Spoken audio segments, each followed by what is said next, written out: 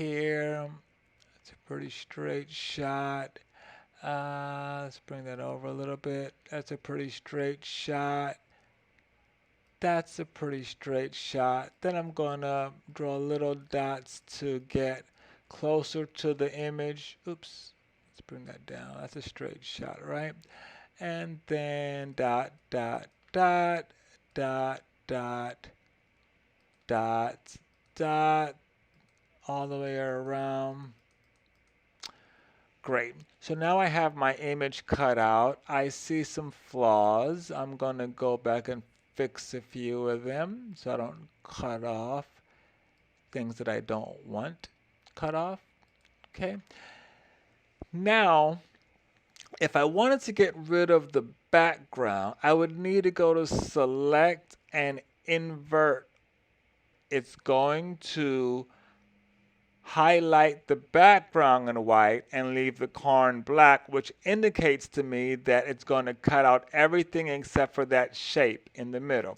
So now I'm going to go to edit and I'm going to hit cut, and voila, my background has disappeared. Okay, now that's great. I can deselect everything, select none.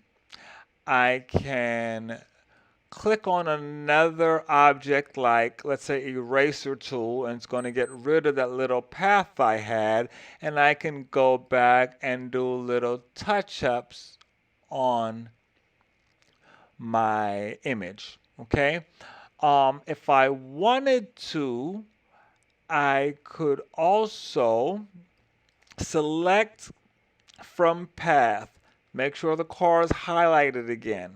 Okay, I got everything looking the way I wanted it to look.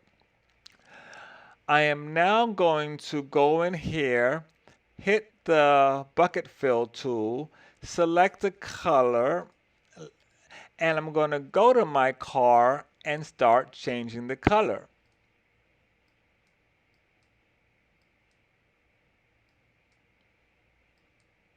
Now I don't want to just left click and scribble all over because it's going to cover some of the features of the car that I don't want covered, like the lines and the design and the cut and the shape, right? But I can go in and start to color areas and change the complete color of the car if I like to. Right? So that's a really awesome feature. And as you notice, even if I go outside of the selected area, nothing gets colored. But once I come back in, voila, it colors easily. Okay, so this is a great way to cut out patterns, peoples, or things, remove the background, and add them to another background. What I'm going to do in this case is I'm going to undo all of this bucket fill. Give me a second. Let me undo the bucket fills. Edit, undo, etc. Edit, undo, all the way back. Okay, so let's just say that we were happy with this and we wanted to put this on another background, right? Let me see, what picture is this? Okay, so I'm going to bring in, let's say, a new picture. It created a new background for me, which was great. Let me get rid of this car for a second. Let me go to select and hit none.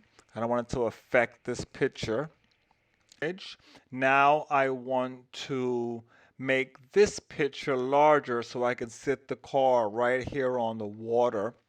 What I want to do is go to this transform tool.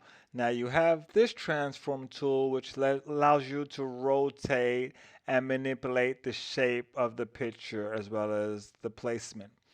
This one is more of a basic transform tool. You can still skew the image, but you can also just make it bigger and smaller. So obviously if I left clicked in one of these squares, I can skew the image, okay? That's not what I want to do. So I'm going to go right to the center and make it bigger, and make it bigger. Okay, now I'm going to go to selection tool